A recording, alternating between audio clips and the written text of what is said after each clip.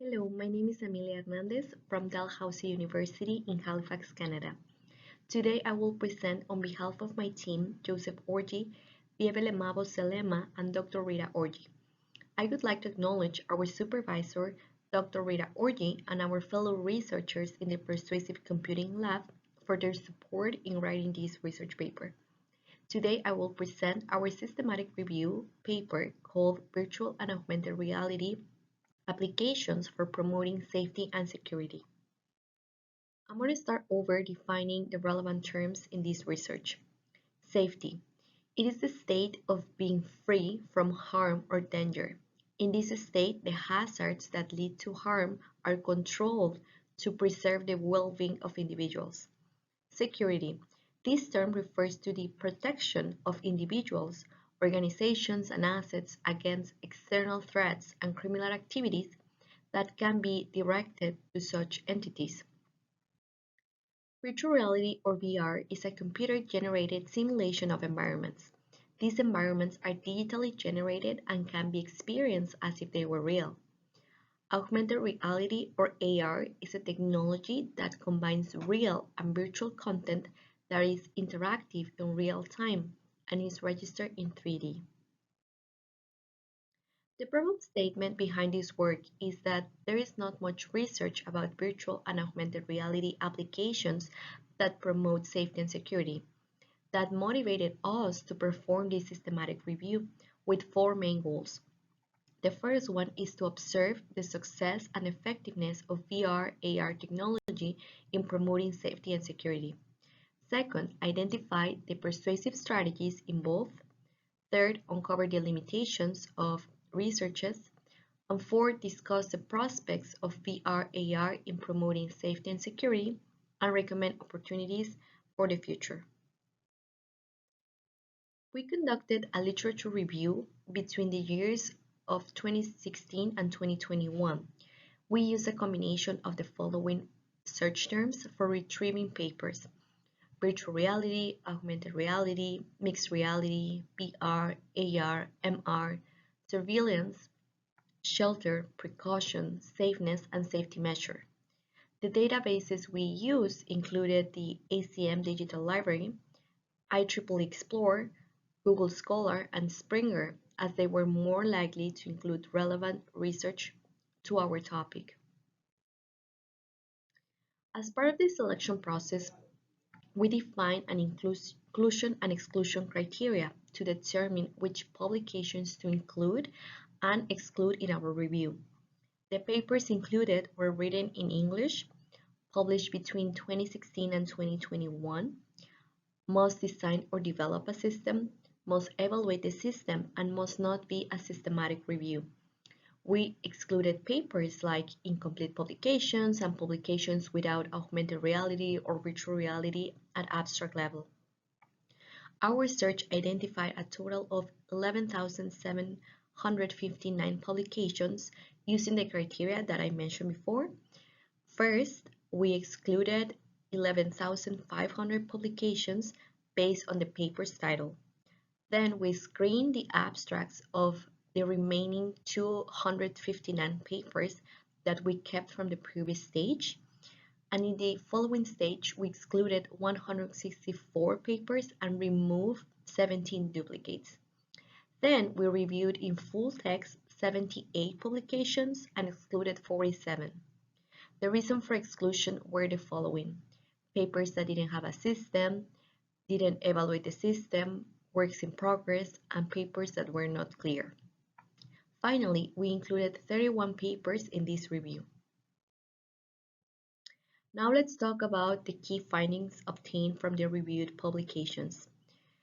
In terms of VR system for safety and security by country, the leading country developing VR/AR systems for promoting safety and security is Japan, and it's followed by the US, and then we can also find China and Spain, and we could also see Germany, Malaysia, and Korea.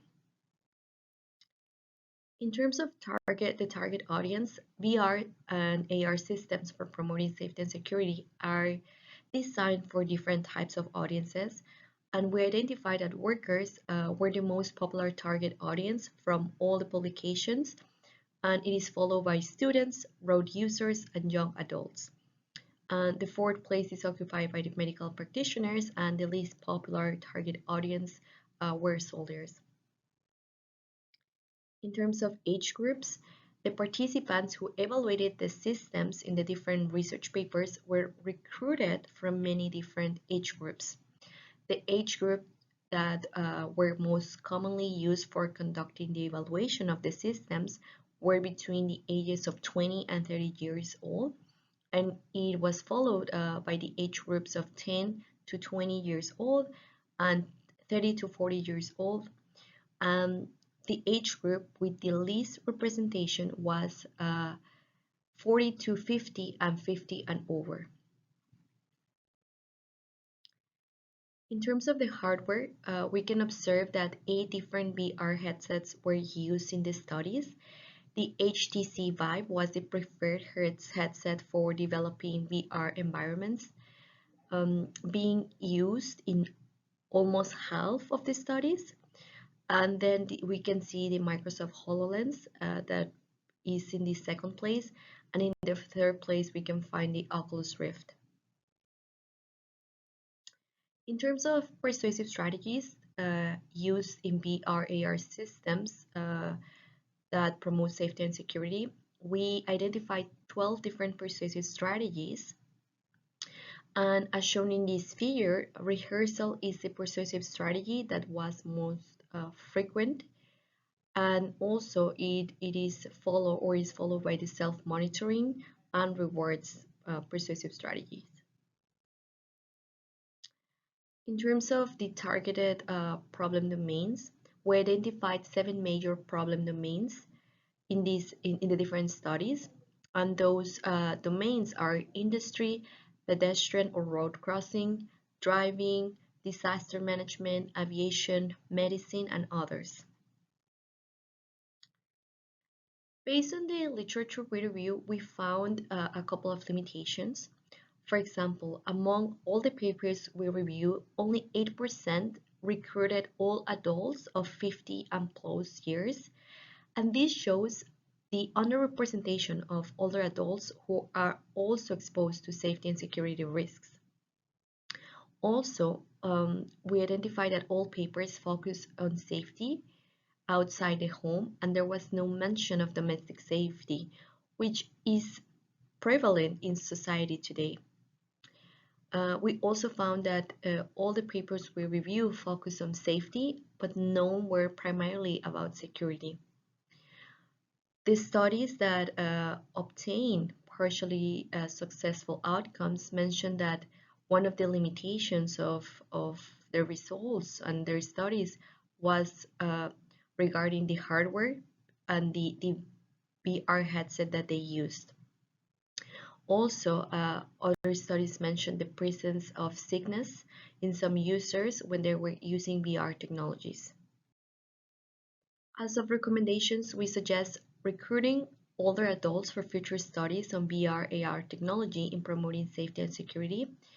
Also, future studies could consider applying AR VR to improve safety and security at home. Also, the studies should focus on security, and improvements in headset technology would help to improve the level of immersion of the users. Finally, there is work needed on resolving the issue around sickness, like getting dizzy when using the VR headsets. The key findings of this review are the following. First, the results reveal that VR and AR have the potential to successfully promote safety and security in different industries. Second, based on our review, we found that Japan was the leading country performing the most research on safety and security using AR/VR. Third, the studies were targeted mainly on industry workers within 20 to 30 years old age group. Fourth, the main persuasive strategies used by the systems were rehearsal and self-monitoring. Finally, the studies focus on 7 domains that are industry, pedestrian and road crossing, driving, disaster management, aviation, medicine, and others. Thank you so much for your attention.